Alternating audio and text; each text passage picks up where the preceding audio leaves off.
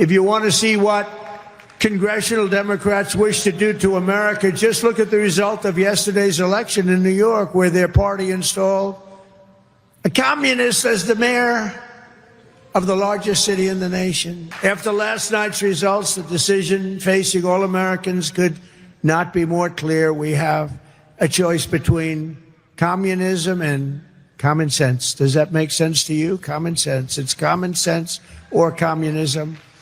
And you know, you take a look back 1,000 years, it hasn't worked. They want higher spending for government and illegal aliens. We want bigger paychecks for American workers and American families, and that's what we're delivering. You see that. They stand for crime and chaos and corruption. We stand for law and order and justice. Also strong borders. Boy, do we have strong borders.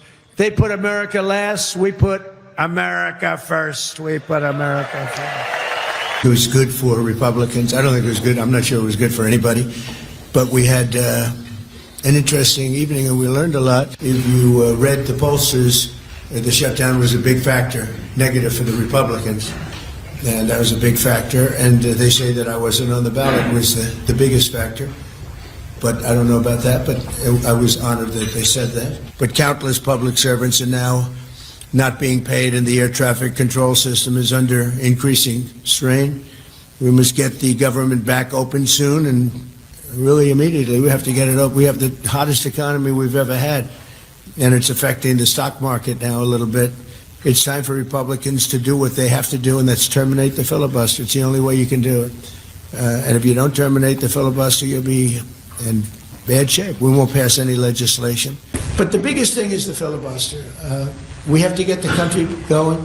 We will pass legislation at levels you've never seen before, and it'll be impossible to beat us. By the way, if they do, they're going to do it anyway, and they are going to immediately do the filibuster. And when they do the filibuster, they're going to pack the court. They want at least five justices. Now I hear it's up to 5. I actually heard up to 7 and up to 9, okay? They want new judges. They want to pack the court, and they will do it in the first day, maybe the week. Maybe they'll slow it down because there's no reason to rush. But they'll do it first week. They'll vote on this. And I have friends over there that are Democrats. I'm close to a lot of people.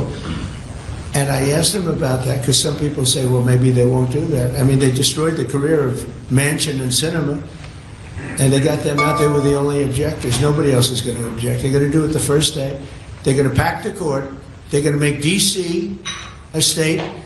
And they're going to make Puerto Rico a state. So now they pick up 2 states. They pick up 4 senators, okay? You think you have problems? They're going to do all of the things. They're going to pick up electoral votes. It's going to be a very, very bad situation. And it's done. It's done. As soon as they attain power. Now, if we do what I'm saying, they'll most likely never attain power because we will have passed every single thing that you can imagine that it's good and all good for the country. And there'll be no reason to. If we don't do that, people will say they're not doing much and they're in power. So the good news is we did the great, big, beautiful bill, and it's the greatest thing we could have done. And the smartest thing with John and our Speaker of the House, who's so good, Mike Johnson, we did all in one bill. If we didn't, John, it would be a problem because, you know, we would have gotten a small piece passed. A lot of people wanted to do that. A lot of people in the room wanted to do that. They went along with me and John and everybody, and we got this thing passed. Honestly, it's 4 years' worth of goodies.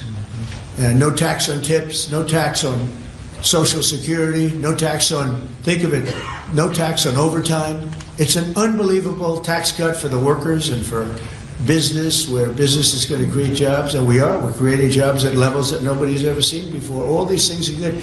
We have to be able to get the word out. If we don't get the word out, we'll make it a very big mistake.